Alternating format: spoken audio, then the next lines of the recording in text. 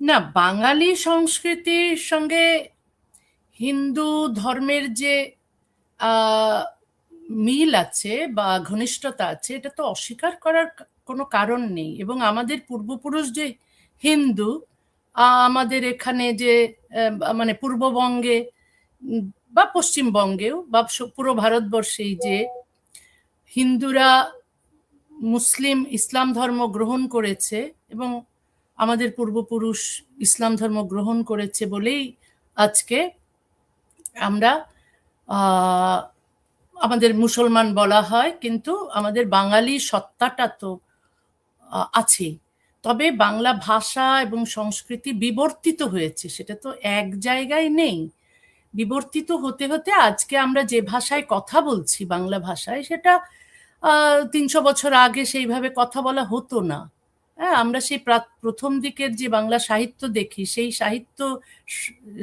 সাহিত্যের ভাষার সঙ্গে আজকের বাংলা সাহিত্যের ভাষার প্রচুর পার্থক্য রয়েছে।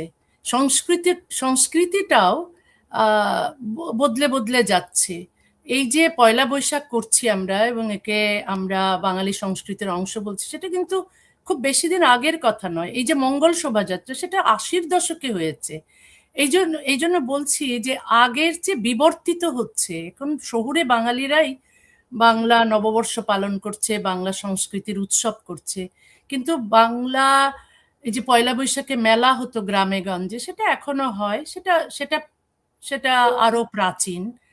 তো আমরা তো বিবর্তিত হয়ে হয়ে এই ভাষা এবং সংস্কৃতি এগোচ্ছে। এটা শুধু বাংলায় নয়, এটা সব ভাষায় এবং সংস্কৃতিতে এরকম বিবর্তিত রূপ আমরা দেখতে পাচ্ছি। আগে যেমন করে 500 বছর আগে বা 1000 বছর আগে যেমন করে উদযাপিত হতো, ভাষা যেভাবে বলা হতো, কাপড় চোপড় যা ছিল, এখন আমাদের কাপড় চোপড় বদলাচ্ছে। আগে আমরা যেভাবে শাড়ি পরি, সেইভাবে শাড়ি কিন্তু আগের আমাদের পূর্ব নারীরা কিন্তু সেভাবে শাড়ি পরতো না। আমরা তো ভারতবর্ষেরই মানুষ। সেই ভারতবর্ষের ইতিহাসে কিন্তু শাড়ি অনেক পরে এসেছে। প্রথম দিকে তো শাড়ির অস্তিত্বই ছিল না। হ্যাঁ, তো বা- এইভাবে আমাদের এই বিবর্তনটাকে মেনে নিতে হবে। এখন বাংলা বাংলা ভাষা এবং সংস্কৃতির সঙ্গে যে ভাষার মধ্যে যে ফার্সি শব্দ আছে, এটা তো আমাদের অস্বীকার করার উপায় নেই। বাংলা ভাষার মধ্যে প্রচুর ইংরেজি শব্দ, ফার্সি শব্দ, পর্তুগিজ শব্দ এবং নানান বিদেশি শব্দ আছে। এবং সংস্কৃতিটাও বিভিন্নভাবে এই ইসলাম একটু ঢুকেছে, আগে থেকে হিন্দু সংস্কৃতি আছে।